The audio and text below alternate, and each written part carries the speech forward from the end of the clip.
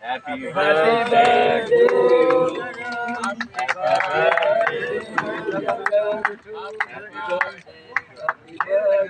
Jai Jagan! Jai Jagan! Jai Jagan! Jai Jagan! Jai Jagan! Jai Jagan! Jai Jagan! Jai Jagan Reddy!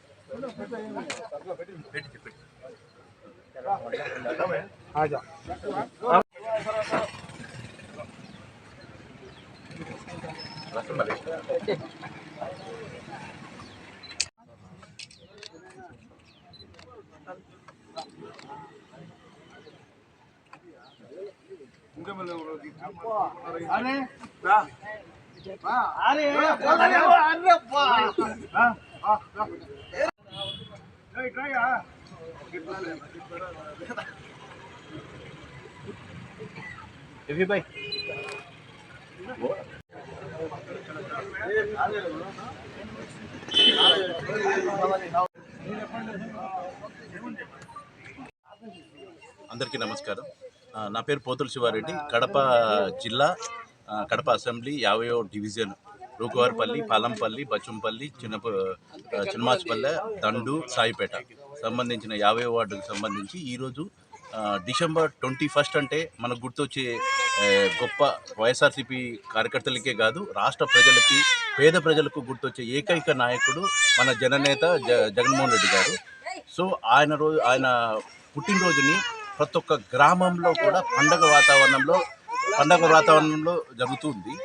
So ఈ సందర్భంగా ఈరోజు మనకు ముఖ్య అతిథులుగా కడప జిల్లా అధ్యక్షులు కడప అధ్యక్షులు రవీంద్రనాథ్ రెడ్డి గారు, తర్వాత డిప్యూటీ మంత్రి అంజద్ బాషా గారు, తర్వాత మేయర్ సురేష్ బాబు గారు ఈరోజు ఈ ప్రోగ్రాంలో అటెండ్ అవ్వడం జరిగింది. జగన్మోహన్ రెడ్డి గారి గురించి మనము 2 మంచి మాటలు చెప్పుకున్నాం. ఎందుకంటే జగన్మోహన్ రెడ్డి గారు చెప్పారంటే చేస్తారనేది ఒక నానుడు ఉంది. మనము నవరత్నాల ద్వారా జగన్మోహన్ రెడ్డి గారు 2014 నుంచి 19 ఎట్లా ఉంది, 19 నుంచి 24 ఎట్లుంది చూస్తే జగన్మోహన్ రెడ్డి గారు చెప్పిన ప్రకారం మేనిఫెస్టోను తూచా చెప్పకుండా ప్రతి ఒక్క ప్రోగ్రామ్ని అమలు చేసి ప్రజలకు ఎటువంటి మధ్యవర్తిత్వం లేకుండా 2,75,000 కోట్లు జనాలకు చేర్చి ప్రతి ఒక్కరిని, మహిళలను కానీ, తర్వాత రైతులను కానీ, వివిధ రకాల యువతను కానీ ఏ విధంగా ఆర్థికంగా ఒక నెక్స్ట్ స్థాయికి ఏ విధంగా చేశారు, తర్వాత కరోనా టైంలో ఏ విధంగా ఆదుకున్నారు, తర్వాత కరోనా టైంలో నవరత్నాలు అనేది ఏ విధంగా జగన్మోహన్ రెడ్డి గారికి యూజ్ అయింది. అదేవిధంగా డెవలప్మెంట్ విషయంలో చూస్తే 4 పోర్ట్లు, 10 ఫిషింగ్ హార్బర్లు, 17 మెడికల్ కాలేజీలు, తర్వాత ఐటీ సైడ్ మనకు ఇన్ఫోసిస్ రావడం కానీ, తర్వాత అదాని డేటా సెంటర్ రావడం కానీ, వైజాగ్ను ఒక సుందర నగరంగా చేయాలని చెప్పి, మన రాజధాని చేయాలని చెప్పి భోగాపురం ఇంటర్నేషనల్ ఎయిర్పోర్ట్ మీద అక్కడ ఇన్ఫ్రాస్ట్రక్చర్ వైజాగ్ మీద ఎంత ఖర్చు పెట్టారని మన అందరికీ తెలుసు.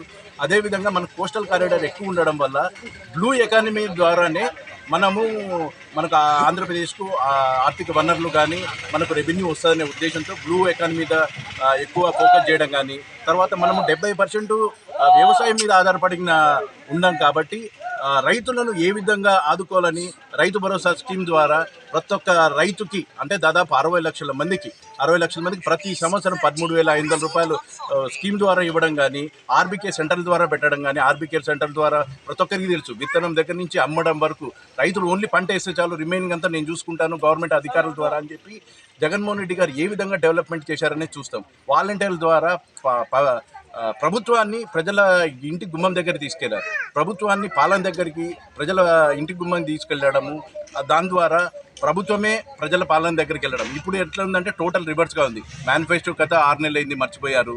సో ఇవన్నీ మనం అన్నీ చూస్తే గత ప్రభుత్వానికి జగన్మోహన్ రెడ్డి గారు ఏ విధంగా ఆంధ్రప్రదేశ్ అభివృద్ధి చేశారు, అభివృద్ధి చేయడమే కాకుండా సంక్షేమ పథకాలు ఇవ్వడం ద్వారా మహిళల్ని, రైతుల్ని, యువతను నెక్స్ట్ తరం ఎట్లుండాలి అనే ఉద్దేశంతో నాడు నేడు అనే స్కీమ్ ద్వారా ఏ విధంగా డెవలప్ చేశాడు, నాడు నేడు ద్వారా ఏ విధంగా ఈవెన్ ప్రైవేట్ స్కూల్, ఇంటర్నేషనల్ స్కూల్లో లేని IFP panel, digital screens, laptop ఇచ్చి ప్రభుత్వ స్కూల్ను ప్రైవేటు స్కూల్తో పాటు ఇంటర్నేషనల్ స్కూల్తో పాటు మీట్ అయ్యే విధంగా చేశారు. అదేవిధంగా సిబిఎస్ఈ కానీ, టోఫెల్ కానీ ఈ విధంగా నెక్స్ట్ జనరేషను ఒక 10 ఏళ్ల తర్వాత ఏ విధంగా ఉండాలన్న ఆలోచించి విద్యా వ్యవస్థ ద్వారానే వీళ్ళను చేంజ్ చేయాలి, విద్యార్థులని, యువతల్ని అని చెప్పి గొప్ప విజన్తో నాడు నేడు ప్రోగ్రాం చేశారు. ఈ విధంగా మహిళల్ని, రైతుల్ని, తర్వాత విద్యార్థుల్ని ఏ విధంగా జగన్మోహన్ రెడ్డి గారి పాలనలో జరిగిందో మనం అందరూ చూస్తాం. అందుకని ఇట్లాంటి మహానాయకుడిని మళ్ళా కావాలని ఈరోజు వచ్చిన ప్రతి ఒక్కరు వాళ్ళు జై జగన్ అంటున్నారు. ప్రతి ఒక్కరు జగన్మోహన్ రెడ్డి గారి పుట్టినరోజులు గొప్పగా చేసుకుంటున్నారు. ప్రతి ఒక్క విలేజ్లో ప్రతి ఒక్కరు జగన్మోహన్ రెడ్డి గారు విజిట్ చేస్తున్నారు. సో ఇక్కడికి వచ్చిన మీడియా మిత్రులందరికీ మా ధన్యవాదాలు.